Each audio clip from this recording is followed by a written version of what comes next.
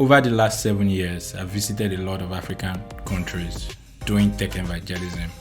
I'm either speaking about a tech product or getting people into tech or bringing people to generally understanding the future. I don't consider myself a special kid. Yes, I have some uniqueness to my journey, like I grew up in Shomolu Bariga, the kind of house that has 26 families sharing the bathroom. And I remember the street football, the street fights, yes, the street loves and breakup. And I grown now doing what I do, traveling across different countries on the continent. I've discovered that especially for the young African, our problems are similar. So you walk into a school and you ask young Africans, what do you want to become? On top of that list, you see doctor, lawyers, and engineers. Take these same guys and say, show me what you can do.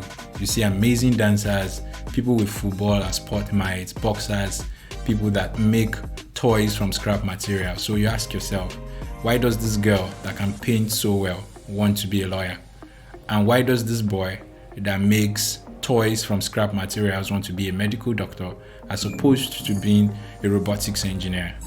The answer stayed with me for so long. But 2020, I was in some form of depression during the pandemic, and it became clear to me that a child can never want to become what he doesn't know. And how does he know if there is no preacher? Born to a family of educators myself, aside the fact that my father was clergy, my father and my mother ran schools and coaching centers all their lives. I see how education is a tool to shape the mind, and yes, now shape the society. Today, we are welcoming new students on the campus. We have 4,363 students across 19 African countries. And this is the future of education. This is Future Academy Africa. Hi, my name is Tunyo Gonye. I'm Sam. This is Toluwani Daniel. My name is Shirley. Kende Omakinaonu. My name is Kiton David. Welcome to the future. Growing up, I used to be those kind of kids that goes to the neighbor's house to watch TV. And two shows that we never miss: Thursday night, Super Story; Friday night, Who Wants to Be a Millionaire. We'll be trying to answer the questions before the player answers it. And I normally ask myself, how do they do these things?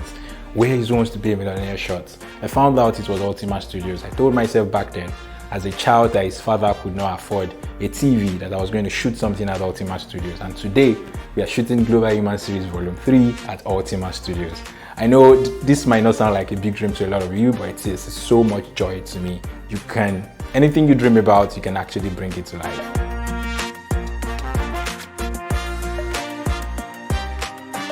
In 2050, that's like a couple of years from now, a quarter of the people on Earth are going to be Africans, right? Like 1/4. That means that either the world likes it or not, the world is going to deal with a lot more Africans, right? Either in their countries or in our countries. And it's either going to be a disaster or not a disaster, right? So, but the conversation on if it's going to be a disaster, it's going to be a lot of choices of ambitious and unambitious young people. I'm saying unambitious because either you like it or not, too. The unambitious people have a role to play in the success of ambitious people, right? It's your inaction that is making some people wealthier. And it's on that note, we are going to be starting the Global Human Series Volume 3. It's that conversation around what the future is. It's a scary future if, at the moment, continent is still like the poorest. There are like a lot of people with different challenges, and if we are this few, there's still problem. Imagine if we are 1/4 of the world. Yeah. So this future, that we're talking about is like what we're going to be trying to have a conversation on today. I have a couple of people with me today for the Global Human Series. Hi, my name is Boluwatife Omotayo. I founded a startup called GAMP. My name is Temitayo Ajakore. I'm currently a product designer, but I tell people I straddle 3 things: policy, people, and product. My name is Victor Fatanmi, FAA for short, among so many other things. I'm co-founder of FourthCanvas. I'm a bank consultant and identity campaigner. Started writing some stuff and sharing some stuff on the internet. My name is Aderinsola Oluwafemi. You can call me Daring. My name is Opeyemi. Olugbemiro. I'm a brand consultant. I really just want to tell the stories of Africa's most ambitious brands. Stories are amazing. There is one very popular saying that if the lions knew how to write, probably the narratives that we have about hunting would have changed. I have seen how much stories have influenced actions. I have seen how much stories have made people do things that they did not even think that they could do, right? Just imagine how much context changes how you react to situations, right? So you came home late. I'm bringing it to like the simplest of places before I try to see how I can paint a bigger picture. You came home late and everybody was shouting on you, and then you just told them that you were robbed, and everybody in the house just changes reaction to the situation. So if we can get to tell the right stories and believe the right stories, I believe that Africa can change the way people see things, and if we can change the way people see things, we can get to do a lot more things for ourselves as a continent. I think I'm going to start with a question that I think everybody should answer in like a couple of minutes, right? What did you think when you watched Black Panther for the first time? I think it was very representative, if that's one word. I love it. Okay. First time, I think I was much more, intrigued by how our personal ambition really affects the collective. I want to deep. Explain. So in terms of, you see him, he has like, I can't quite remember his name, his own ambition, but yeah, you have other people thinking of the collective. But irrespective of how much we try to integrate everybody into collective, we still have to deal with the individual points that can match with the collective. Honestly, I was just watching it for entertainment. So I don't think I have probably only watched it once or twice. But then I don't think I was looking out for anything. I was just a Marvel movie. Enjoy. Cool, I like that. Victor, I think we saw it together. Yeah, I saw it like 4 times or so. So we saw it together one of the times. I think it was such a representation. Up until that point, heroes were white people, right? In Superman or all of the series, right? It was refreshing. Like, okay, let's see what black heroes look like. Let's see what Utopia looked like from an African perspective. I think that's like one of the most powerful visualization of what is possible, and knowing that a lot of the people who are going to be seeing this are people who are trying to find their way. So I'm starting from the picture of what is possible and coming back now to challenges, right? I don't like to say that a lot of things are stacked against us based on like where we're from. But again, that things are stacked against you does not mean you cannot climb it as steps, right? Yeah. So obstacles. You see, Kenyan deep. So what's the most difficult thing you have had to face that has brought you to where you are? Just like you, nobody prepared me for selling. When I started as a designer, I thought it was all going to be about making things beautiful. But I would eventually find that I needed to understand building relationships, telling stories, and ultimately selling what we do at FourthCanvas. In 7 years, I'd picked up so much. When I had to teach a class in FourthCanvas, I realized, there's a lot of insight I'd picked up that meant so many more people, so many other people can find useful. So I decided to put these thoughts together, and the core idea was changing the mindset about selling. It's beyond trying to transfer a product or service and exchange for money, but more about trying to make change happen for people. But you must know them to understand the future they imagine for themselves, to then see how your product or service plays an active role in that. The feedback has been amazing so far, and I was super excited when Future Academy Africa said they were going to purchase this on your behalf. So with 75% off, I'm really looking forward to how much impact this can have in the ability of our designers and engineers and product designers to better sell themselves. Bolu had a lot of problems. Like PS. Most difficult thing in retrospect, nothing. But of course, like at those moments, like my first encounter with them, maybe trying to get into global programs, So I had early on realized that my path to being global, one of those paths to being global was to go through global programs. So very early in my 20s, I was looking for global programs I could apply to, entrepreneurial programs, leadership programs, some of them outside of Nigeria, some of them outside of the region, and things like that. So I would typically say, trying to prove yourself, that, I have a seat, in these programs, maybe those are some of the very hard things I've had to go through. I'm now going to bring it to Tayo, right? How much unlearning do you think you will have to do? Just imagine, based on or you can just give one example if that helps to contextualize it. One thing that you unlearned that said, this place that I came from, if I did not unlearn this one, I'm not going forward. My career started in consulting as a consultant, so I was much more interested in, tech. So I started with Android development down to web development, and then none really, felt like it fits. Then in 2021, I stumbled on product design. So product design felt much more like a fit because you could merge things like, business, understanding, merge strategy, you could merge the artistic part, in terms of designing experience for people. And this became my home. So I decided to, leave consulting full-time and then, do it part-time to face product design. So I got into a particular internship, did that till the end of 2021.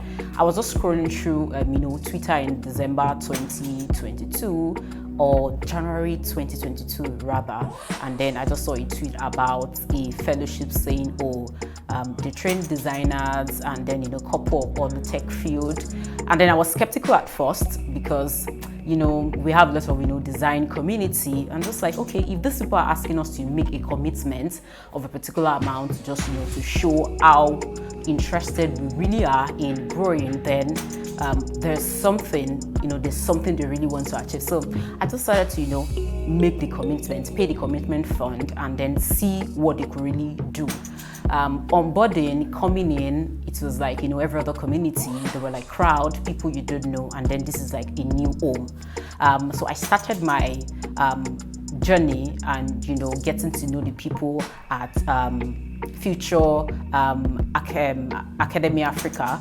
And then it was more individualistic at first. So you are really given the floor to probe yourself, learn more while working on projects.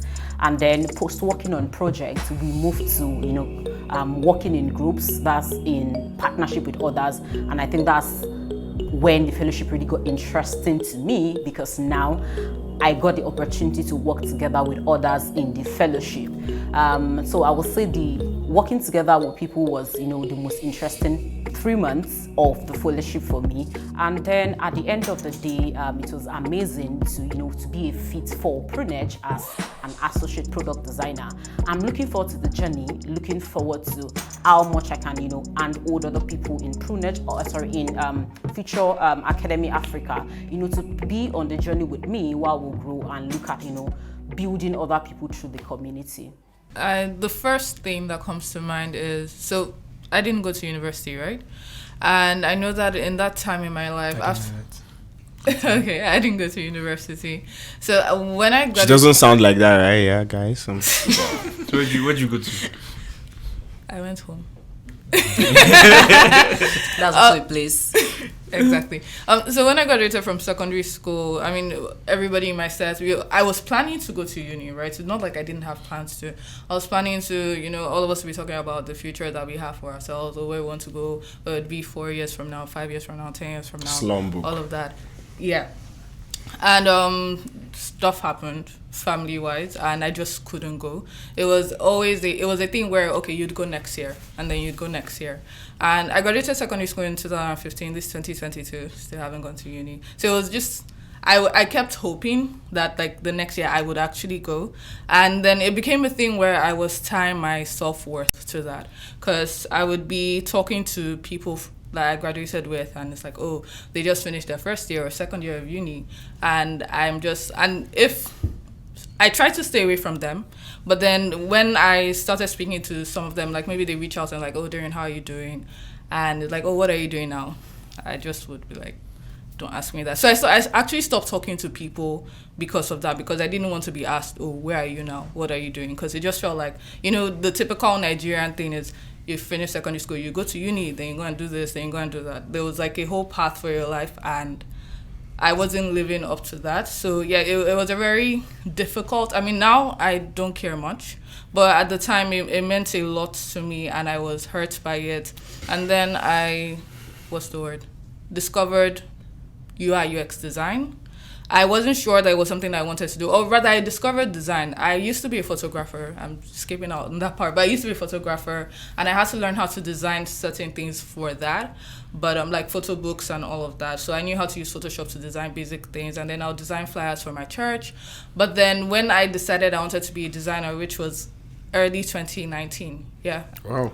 Early 2019, I decided I wanted to be a designer because I met someone who was very passionate about it. And like passion just rubs off on you. So, yeah, I was reading up on the different aspects of design that there were, found out about UI, UX. And I mean, it seemed really hard because I mean, I had an idea of what it was from like secondary school, where it's like, oh, you see all these Udemy courses, learn how to build websites and design websites, and it just seemed like a very impossible concept. So I almost wanted to write it off, but then I decided to just read more about it and learn more and see if it was something I could do. And then I started. But it was also difficult to get into that because at the time, my family had moved out of Lagos, right? So we used to live in Lagos, then we moved to like Loto, which is near Redemption Camp, so like that Mowe side. And light there was horrible. I didn't have a laptop of my own.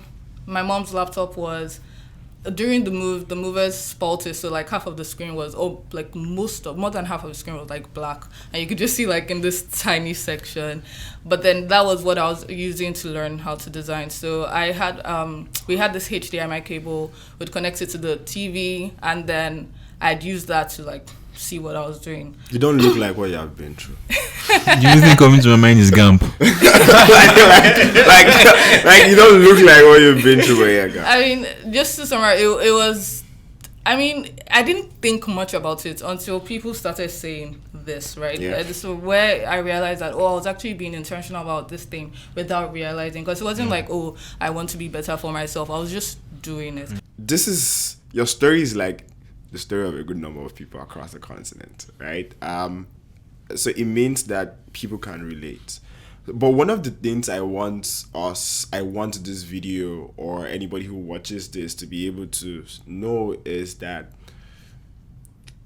either you're ambitious or you're not ambitious, there's a future waiting for you, right? And if you really want to take that step, it's possible. So I'm not even asking about what you did, because I mean, something inspiring what you did. So what do you think tweaked in your mind? Let me put it that way, that influenced? Because again, I see you're saying that you're just doing your thing, which is also fine. But there must have been, if there was none, is also fine, right? Something that was at the back of your head that was powering this. I'm gonna survive. It was I was just tired of not doing anything. Like I said, I was spending my days sleeping, waking up, watching movies. I wasn't doing anything. I had stopped photography because it had started to stress me out, at least like be doing it professionally. Now I like to do it as a hobby. But then I felt completely talentless and useless and skillless. Like I wasn't doing anything. I knew that I was good at different things, but then I'm the kind of person to pick up hobbies, right? So in my past, I've baked, I've done jewelry, I've done like crochet, I've done like music, Like I can play the piano a bit. Like I just have like a lot of hobbies that I've picked up and stopped like after a couple of months.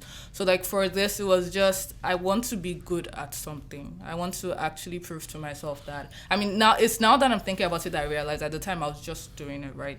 But I think it was Amazing. I wanted to be good and dedicated to something. So I learned something really quickly and really early, and I think I'd like to share it, which is, in life would meet many unconscious teachers, but we should never be unconscious learners, and that learning has helped me with navigating a lot of, unconscious learning experiences.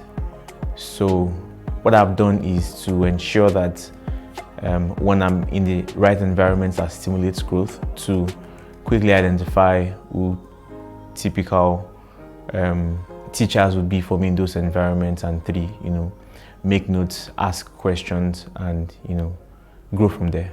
How do you think we can think I like that. that we like inspire, get what he said done? I think it's the realization. That's the importance of these stories. How businesses were built, and then there's this speech by Mark Zuckerberg about ideas don't come fully formed. I think it's the realization that the guys I'm looking at, the examples, the really big ones, the successful ones, they didn't have it all figured out at the beginning. Right? So, like, recently I was talking about documentation, be clear about this, but even if you are not clear, the just to do it is, you'll find that in the doing, then the path will get clearer. So what you're even doing today might be completely useless in that sense. In 2 months, you might be doing the opposite. Wow. In 2 months. But I think for me, it was just always realizing that those who are there right now who seem all figured out, they figured it out by just doing. Like, doing is the most important thing anybody can actually do. I think if I want to add something to that, there's like a very big mindset component to that, and the mindset component is, I would keep doing this, someone listening to this podcast or video would say, oh, Victor says if I keep doing it, the road is going to get clearer and clearer. But the mindset is, even if the road doesn't get clearer and clearer, I would fail at it and then I'll come back to it again. Even Dangote is trying to open some doors today, that nobody's opening to him. Not because he doesn't have power, not because he doesn't have money, but just because, the door is not opening. So like, what you said is so... No, I don't... Not this deep. It's deep. I mean, because I think one thing we have to start and realize is that as Africans, a lot of things are stacked against you, right? Like, to not acknowledge it is to just be deceiving yourself, right? I mean, because sometimes they a lot of aspire, aguire to maguire, or all those stuff, and the way you see yourself, we see ourselves and we know problem day, but we go put our head inside. For those of you who don't understand pidgin, well, yeah, Africa, you must understand pidgin. Well, like that, we'll put our head into this thing. For you, I'm going to ask you a question, because a lot of the people who are going to be alive in the next, that 2050 thing, right, are the young people that we are now. And there's something that is very prevalent, right? So how do you explain grit in the context of, guys, all of us are winging it?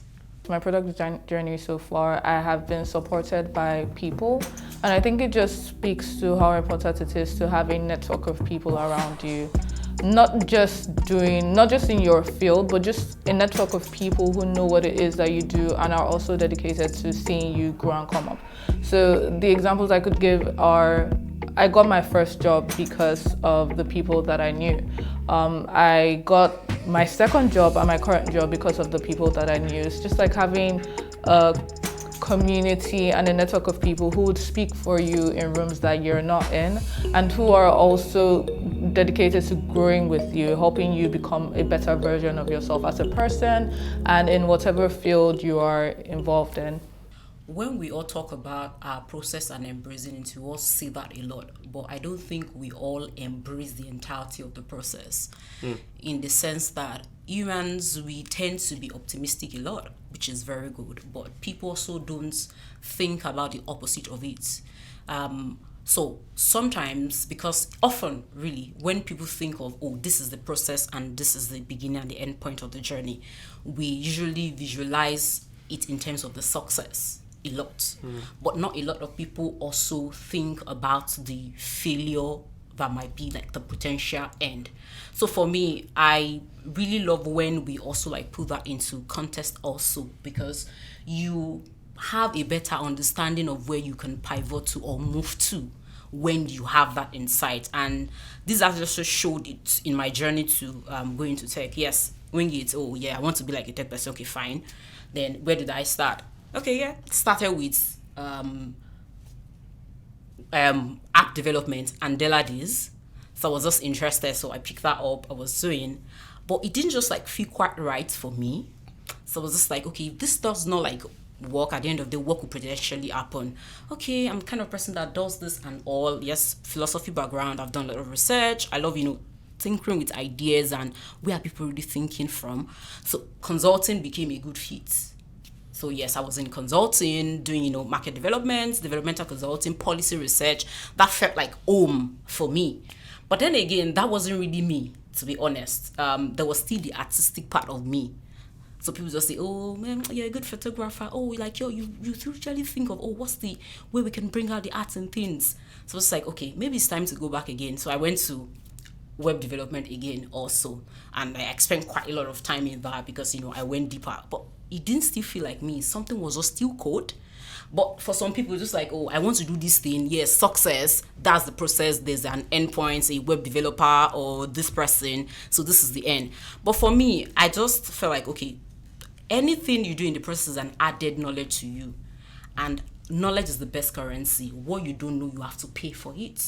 Because of that, like, okay, even in this journey, if I don't get to the endpoint that everybody's getting to, I must ensure that I pick up a knowledge that could be a sort of currency for me in the future. So yes, still I finally found design and it felt like home because I could merge the strategy parts, the artistic parts, and then so that for me, I was just embracing every part of the journey. Think about the failure and the success, so that when you think about the failure, you could have a sense of where can you pivot to if that does not work at the end of the day. There are some people in this life, right, that people think that their life is just chilled. So I'm just gonna ask this, right? Everybody, just it's quick one. Whiskey or Davido? Wheeze.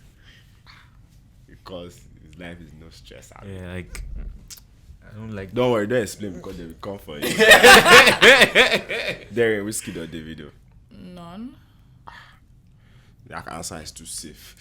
I Jesus or don't- Satan. I Like, so yeah, Whiskey or Davido? Ayodeji Balogun Omobabandowa. Sorry. That's too specific. Sorry. House number what? So, Victor, Whiskey or Davido? Burna Boy. It's not in the option. It's not in the option. Okay, whiskey. Off the two. He's my kind of personality. What's your Someone kind that of likes person? to be heard but not to be seen. So he fits that bracket. Nice.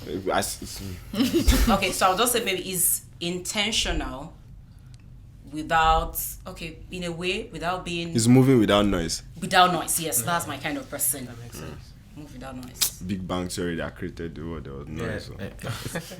I think I like his trajectory. Surulere boy, doing big things. Yeah, so. So I know you say none, but just imagine that you like one or two. I've even had Burna Selena Gomez. But yeah, I mean it's Fireboy. I don't follow any musician or celebrity like that. That's so. I think for Burna, it's Burna's been singing for years before all of the stardom. Stayed at it, sounded different, and never tried to compromise that sound because he just felt like he has a unique voice, a unique style to his song, and he's stuck to it. While it's been there for as long as almost Wizkid and Davido around the same time because it was on all of those Madame Miduro videos, right? And he's been doing stuff. Now, when the stardom came, It was really. I'm reading I'd finished already. Perennial Seller by Ryan Holiday, and it speaks about the things that last. There's a lot of intentional effort that you might not get the results immediately, but you know that you are doing it very, very well. I think that was Burna Boy's story. So by the time he blew up with Ye and all of those times, there's so much catalog for you to go back and see a lot of good stuff right from the very first track. And so when he says I know he pushes it a little too much sometimes, but there's so much results backing all of that confidence. It's like Ibrahimovic in football. And there's some of these players just say I'm almost not human, but they're doing the real stuff. So, but that inspires me from that. Be confident. I speak a lot about combining confidence and humility. You're confident about what you know how to do, what you can become. You're also humble that there's a lot more I'm still learning. I love David, but like you cannot not talk about the quality he puts into his live performances. It makes you enjoy music, right? Like it's like, man, it's sweet. It's like vibes on vibes, right? How do you guys talk about like your individuality? If you own up who you are, that different type, the opportunities that fit just for you will come to you, especially because you're owning on to it with so much confidence. You're in fact almost loud about it. That's not to account for things, maybe bad behavior or like things you have to work on. That's not to say wherever you meet yourself, just be yourself. Not in that sense. But there might be unique angles or perspectives to your style. It may not be your trend, and that's more reason for you to be loud about it. The fact that your type of person is not the normal average is why you in fact have to put it forward even more, because when you do, there's that one opportunity or two that you are the only one that is fit for it. The average persons are not fit for it. It's just for you. So the louder you get, then the things perfectly fit for that your individuality will come to you. So if you have been owning up to your individuality before, it means even before you get into that job where you're saying your individuality in your job, you wouldn't even get that job if you're not fitting in the first place. And the jobs that need your kind of person will in fact come to you. So I lead a group of people at GAMP, and one of the things I do not want to see in my startup is to see people that look like me. But there's this guy that works with us at GAMP. He was coming from a bank. He used to work at First Bank. And then when he came to the office, he was trying to cover his hair, and I'm like, what's happening? Apparently I tinted his hair. And he was trying to figure out what's going to happen here. Of course, he was coming from a bank. I know, you forget that you're working in startup now. So, and he came and I'm like, what the fuck is wrong with you? Like, bro, just make calls and give me numbers. I want to see that you gave me 200k at the end of today. Which one is yours? So, yeah. What's my business? Is that what we hired you for? So, yeah, I like to enable, people to get things done and create an environment for them. So for the last round, this is where we are ending the Global Human Series Volume 3. I think it's been a very exciting run, and everybody are going to describe yourself with your favorite letter and give me favorite letter. And then give me a line from your favorite African artist, a song.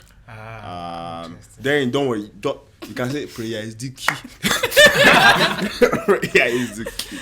Give me F one word, one is letter. the letter. Okay, yeah. F for fascinating. Yeah. Yeah, and then there's a lot of F's in FourthCanvas. Yeah, F9 too, but yeah.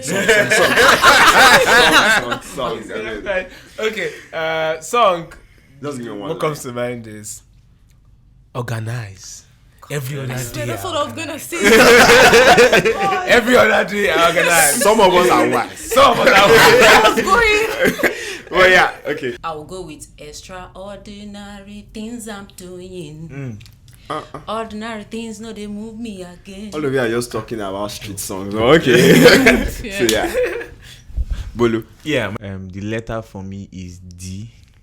For do. I like people that get things done.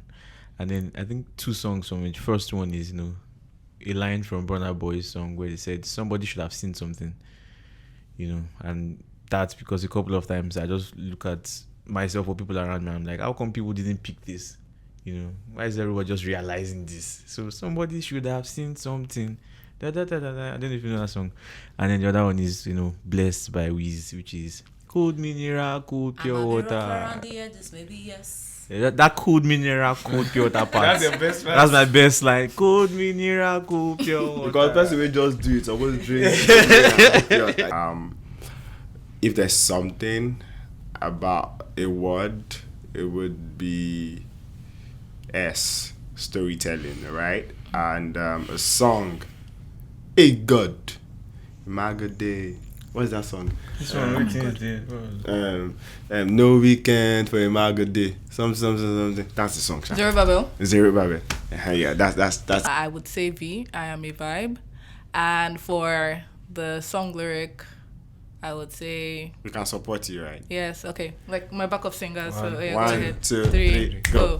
I'm feeling vibes. Thank you guys for listening. Thank you for being with us, Bolu. Thank you for being with us, Darren. It's been an amazing time hearing your story. Thank you, Victor. Thank you, Tayo.